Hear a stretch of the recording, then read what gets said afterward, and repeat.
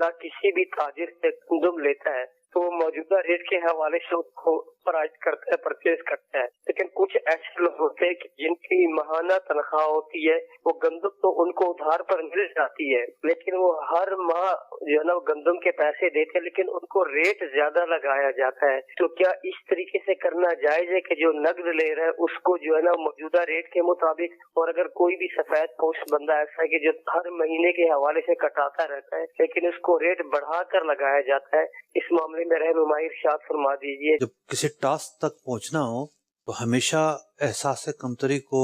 سامنے رکھنے کے بجائے مشکلات حل کیسے ہوں گی اس کو سامنے رکھنا چاہیے۔ اگر آپ صرف یہ سوچ رہے ہیں کہ میرے ساتھ ایسا کیوں ہو رہا ہے، میرے ساتھ ایسا کیوں ہو رہا ہے،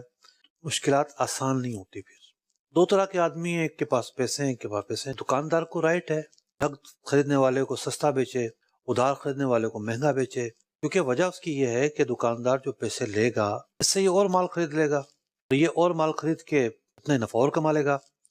اور اگر ادھار وہ بیچتا ہے تو ایک عرصے تک وہ مال خرید نہیں سکے گا ان پیسوں سے۔ اس بنیاد پر ادھار مال عرف ہمارا یہی ہے مہنگا بیچا جا رہا ہوتا ہے،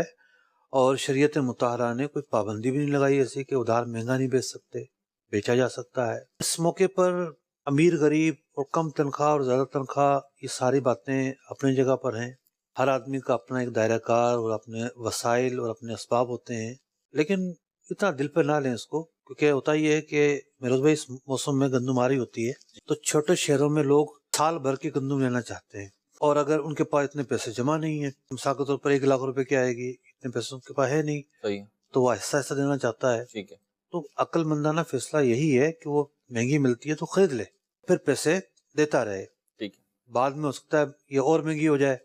اس سے تو بچت ہو جائے گی، کہ جو فصل موسم میں آ رہی ہوتی ہے وہ پھر بھی سستی ہوتی ہے، موسم آؤٹ ہونے کے بعد پھر جیسا موسم ہو اپ ڈاؤن ریٹ ہو جاتے ہیں۔ گندم بیسیکلی جو ہے وہ غذا سے تعلق ہے، تو کیا اس میں بھی یہی اصول کار فرما ہوگا کہ نقد سستا ادھار مہنگا؟ تو کیونکہ غذا سے تعلق ہے تو اس میں حرج تو نہیں ہوگا؟ پیسے کے بغیر تو کچھ بھی نہیں ملے گا نا، پیسے نہیں ہیں تو پھر کس چیز کا شکوہ؟ ٹھیک، تو میں یہ عرض کر رہا ہوں کہ گندم ہے تو اس کا مطلب یہ تو نہیں ہے کہ دکاندار مفت دے گا، جی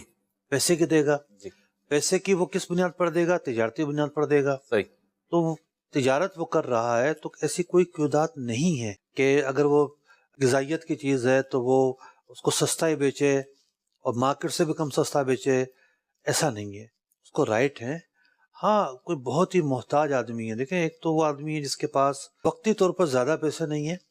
لیکن رولنگ ہے اس کی، ٹھیک ہے، تو اس کو محتاج تو نہیں کہیں گے، ٹھیک ہے، رولنگ ہے اور یہ ادا کر سکتا ہے ٹھیک، تو چلے گاڑی چل رہی ہے۔ صحیح، ایک وہ آدمی جس کے پاس وہ بھی نہیں ہے کہ بعد میں دے گا کہاں سے؟ ٹھیک ہے، تو یہاں پھر اخلاقیات کے اور دیگر، یعنی اگر وہ مستحق زکوٰۃ ہے تو زکوٰۃ کے ذریعے اس کی مدد کی جائے، یہ سب چیزیں ہوں گی۔ احکام تجارت، احکام